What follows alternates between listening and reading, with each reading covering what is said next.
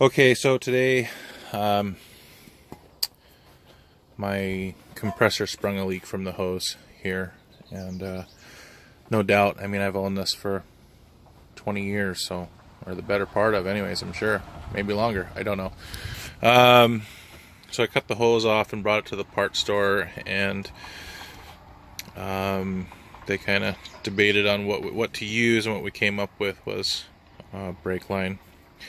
Supposedly it holds a lot more than 150 psi, so we'll try that.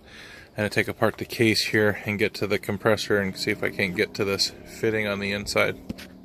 So step one, you'll find two screws right here, and you have to take those out, and then the compressor will slide forward and then come right off. So now we'll crack the case. Okay, so the next thing I did is to crack these screws, which are all T15s. I don't know if I'm going to be able to do this, but you can see right here where the cracked or the hole for the hose is, but I couldn't get to the fitting. So I'm just going to cut this one off. I'm going to cut this one off. I'm going to put the new hose on there and hope for the best. Okay, here's what the inside looks like. Here's the motor, the compressor, or the connecting rod. I'm assuming that's the compressor. Yeah. So you can see the piston moving in there. The other thing that could be wrong with it is the pressure switch, which is right there. The yellow wires connected to it. It's a pressure disconnect switch. The pressure valve, overpressure valve, didn't go right here, right? Like if it gets over 150 or 160 or something like that, it pops and to keep the tank from exploding.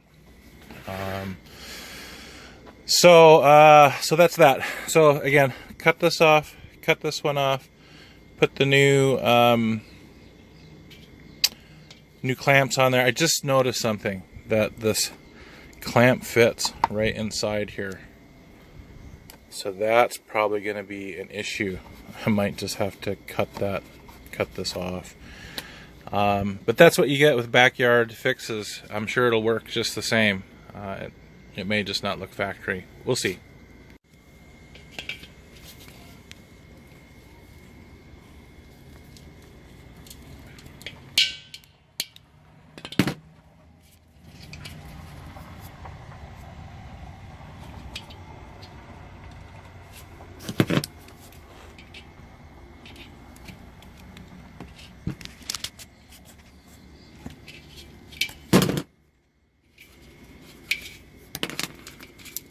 Yeah, can't do that with one hand. But anyways, you see, I just cut that off with a pair of dikes.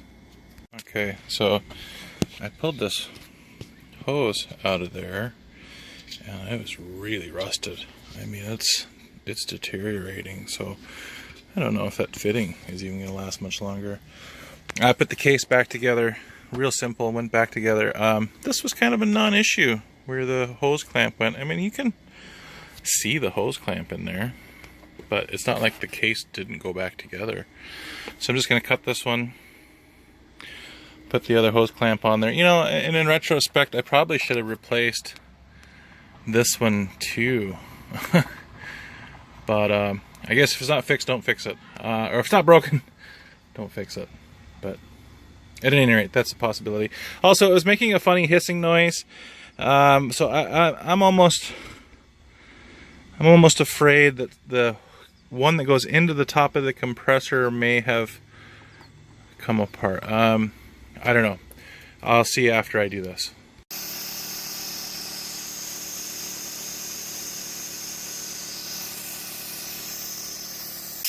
Okay, so it just shut off, but obviously there's still a problem. I'm not sure what that is. So I'm going to try and crack the case again and see if I can't find another leak. Found the leak.